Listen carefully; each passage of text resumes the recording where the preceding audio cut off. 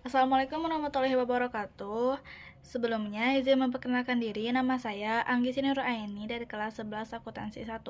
Di sini saya akan menjelaskan tentang bentuk negara, jenis-jenis negara, bentuk pemerintahan, dan macam-macam pemerintahan.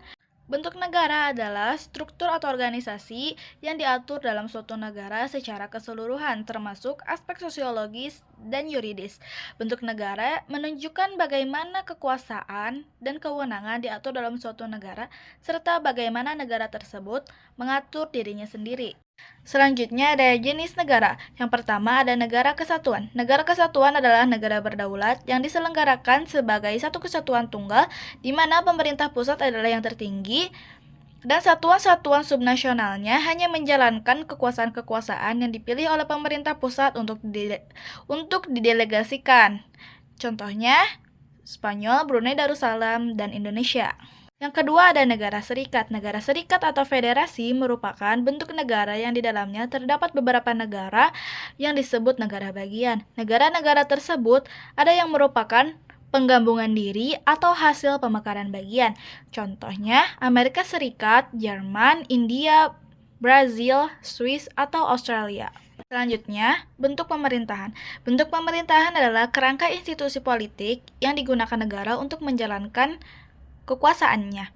Bentuk pemerintahan berbeda-beda tergantung bagaimana kekuasaan dan wewenang diatur dan dijalankan dalam sebuah negara. Selanjutnya ada macam-macam pemerintahan. Yang pertama, republik. Dalam bentuk pemerintahan republik, kekuasaan tertinggi ada di tangan rakyat yang memilih pemimpin melalui pemilihan umum, contohnya Indonesia. Yang kedua ada monarki. Bentuk pemerintahan monarki dipimpin oleh seorang raja atau ratu yang memegang kekuasaan secara turun-temurun. Yang ketiga adalah demokrasi. Bentuk pemerintahan demokrasi adalah sistem di mana kekuasaan ada di tangan rakyat dan setiap warga negara memiliki hak yang sama untuk mengambil keputusan. Mungkin cukup sekian presentasi dari saya. Materi selanjutnya akan dilanjutkan oleh teman saya. Assalamualaikum warahmatullahi wabarakatuh. Sebelumnya izin memperkenalkan diri, nama saya Nova Herni.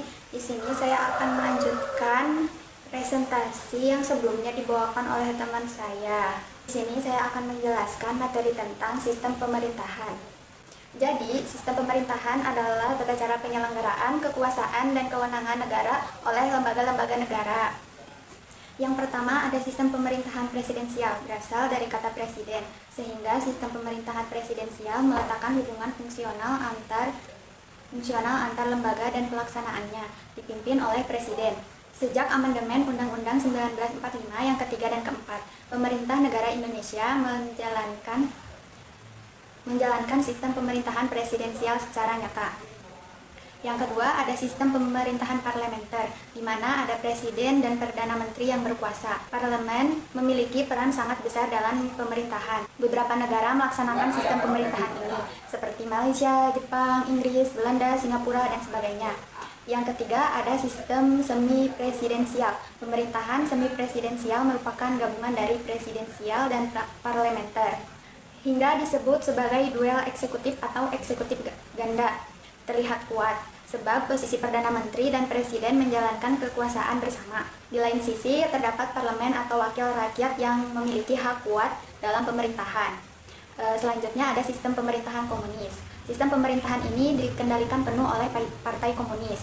Berbeda dengan sistem pemerintahan yang masih hingga saat ini, yakni Korea Utara, Vietnam, Republik Rakyat Tiongkok, Transnistria, dan Kuba. Yang selanjutnya yaitu ada sistem pemerintahan komunisme atau Marxinisme, merupakan ideologi dasar yang umumnya digunakan oleh Partai Komunis.